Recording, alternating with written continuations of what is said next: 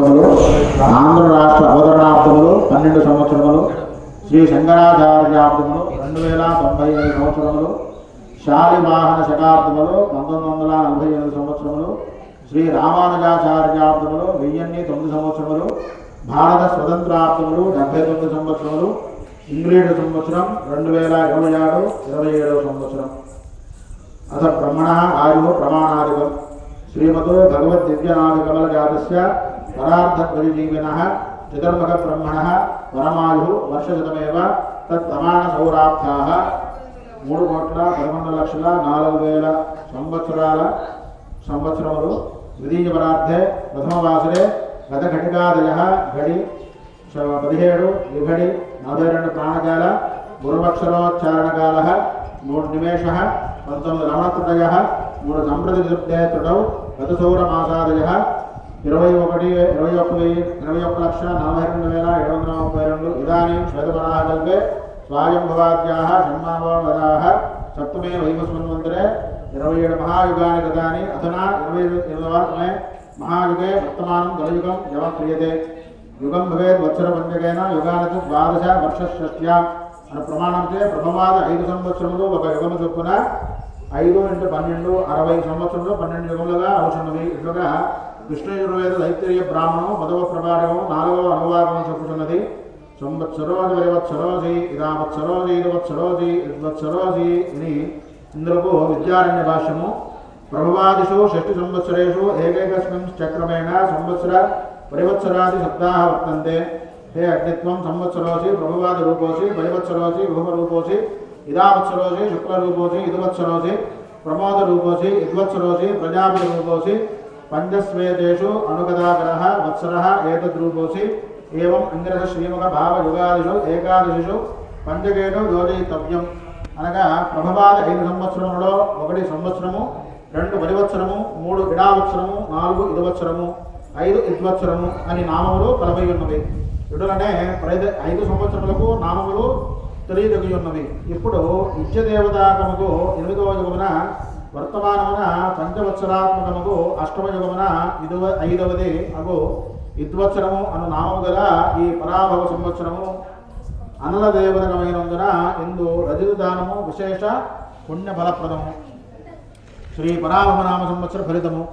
ఈ సంవత్సరము రాజు గురుడు, మంత్రి కుజుడు, సేనాధిపతి అర్ఘ్యాధిపతి మరియు మేఘాధిపతి చంద్రుడు, సస్యాధిపతి మరియు నీరసాధిపతి శుక్రుడు, ధాన్యాధిపతి బుధుడు, రసాధిపతి సూర్యుడు, రాజాది నవనాయకులలో 7 శుభులు 2 పాపులు. రాత్రి యందు రవి ఆర్ద్రా ప్రవేశం సుభిక్షము సమస్త జీవరాశులు సుఖించును. పశుపాలకుడు గోష్ఠాగార రామకుడు గోష్ఠా బహిష్కృత శ్రీకృష్ణుడే ఎవడిచే సుభిక్షము. సస్యవృద్ధి పాడి పంటల సమృద్ధి ప్రజలకు సుభిక్ష క్షేమారోగ్యములు కలుగును. మొత్తము 4 తూముల వర్షములలో సముద్రమందు 7 భాగములు, పర్వతముల యందు 9 భాగములు, భూమి యందు 4 భాగములు కురియును. సస్యానుకూల వర్షములు కురియును. తెల్లని ధాన్యములు బాగుగా పండును. 16 వీసములకు 9 వీసముల పంట చేతికందును. అధిక జ్యేష్ఠ బహుళ పంచమి నాటికి తొలకరి వర్షములు కురియును. ఈ అస్మిన్ దేశే లోక వ్యవహారద చాంద్రమాన వశాదయం పరాభవనామ సంవత్సర 12 మానేన కాశీ ప్రాంతే కాళయుక్తి నామ సంవత్సర. ప్రభవాది 60 సంవత్సరములలో 40వ సంవత్సరము ఈ శ్రీ పరాభవనామ సంవత్సరం. ఒక యుగమునకు 5 సంవత్సరములు చొప్పున 12 యుగములుగా విభజిస్తే శ్రీ పరాభవనామ సంవత్సరం 8వ యుగమున 5వది అనల దేవతకమై యద్వత్సర నామకం గలది. ఈ సంవత్సరములో రజతామ విశేష ఫలమునిచ్చును. శ్రీ పరాభవనామ సంవత్సరముకు కేతు అధిపతి.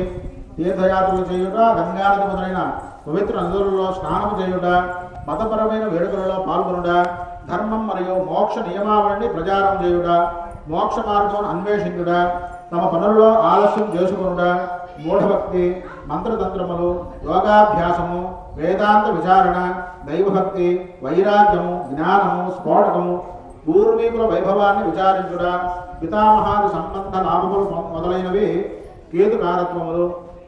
కనుక కేతుగ్రహమును అధిదేవతయగు చిత్రగుప్తిని, ప్రత్యటి దేవతయగు బ్రహ్మచేతులుగా ఆరాధన చేయడం వలన తద్గ్రహ సంబంధ అశాంతి తొలగి ఉన్నత స్థాయిలో సత్ఫలితాలను ఇస్తారు.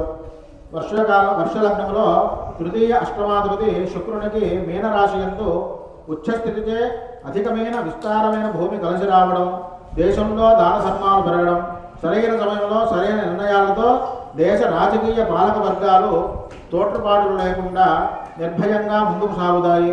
సంవత్సర ప్రారంభంలో ఆర్థిక విషయాలు సామాన్యంగా ఉన్నను క్రమేపీ అదృష్టం కలిసి వచ్చి స్వయం సమృద్ధి కలుగును.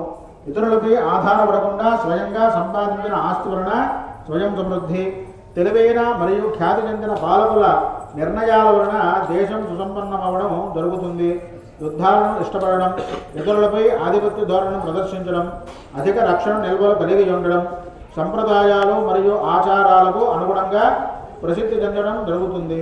ప్రజల ఆరోగ్యం, సాధారణ జీవన స్థితి మెరుగుపడుతుంది. ఆర్థిక వ్యవహారాలు, జాతీయ బ్యాంకులు, జాతీయ సంపద, దేశ ఆర్థిక పరిస్థితులు మెరుగుపడతాయి. స్టాక్ మార్కెట్ నిలబడి స్థిరంగా ఉంటుంది. రూపాయి మారక విలువ దేశానికి ప్రయోజనకరంగా ఉంటుంది. పర్యాటక విమానయానములు, రవాణా వ్యవస్థలు చక్కగా పనిచేస్తాయి. కమ్యూనికేషన్లు, వార్తారంగము వారి పనితీరు నిష్పాక్షికంగా ఉంటుంది. కుటుంబ పరిస్థితులు అనుకూలంగా ఉంటాయి. వస్తు నిల్వలు పెరుగుతాయి. గృహ నిర్మాణ రంగం పరిమితులకు కట్టుబడి పనిచేస్తుంది. అక్రమ ఆక్రమణలను ఉపేక్షించరు. పురపాలక సంఘం, పంచాయతీల పనితీరు మెరుగవుతుంది. ఇతర దేశాలతో దౌత్య సంబంధాలలో ఆశావహమైన దృక్పథంతో వ్యవహరిస్తారు. పత్రికా రంగం వారు నిష్పాక్షికంగా వ్యవహరించి ప్రజాస్వామ్య వ్యవస్థను బలోపేతం చేస్తారు. ఇతర దేశాలతో ఒప్పందాలు మన దేశానికి అనుకూలమవుతాయి.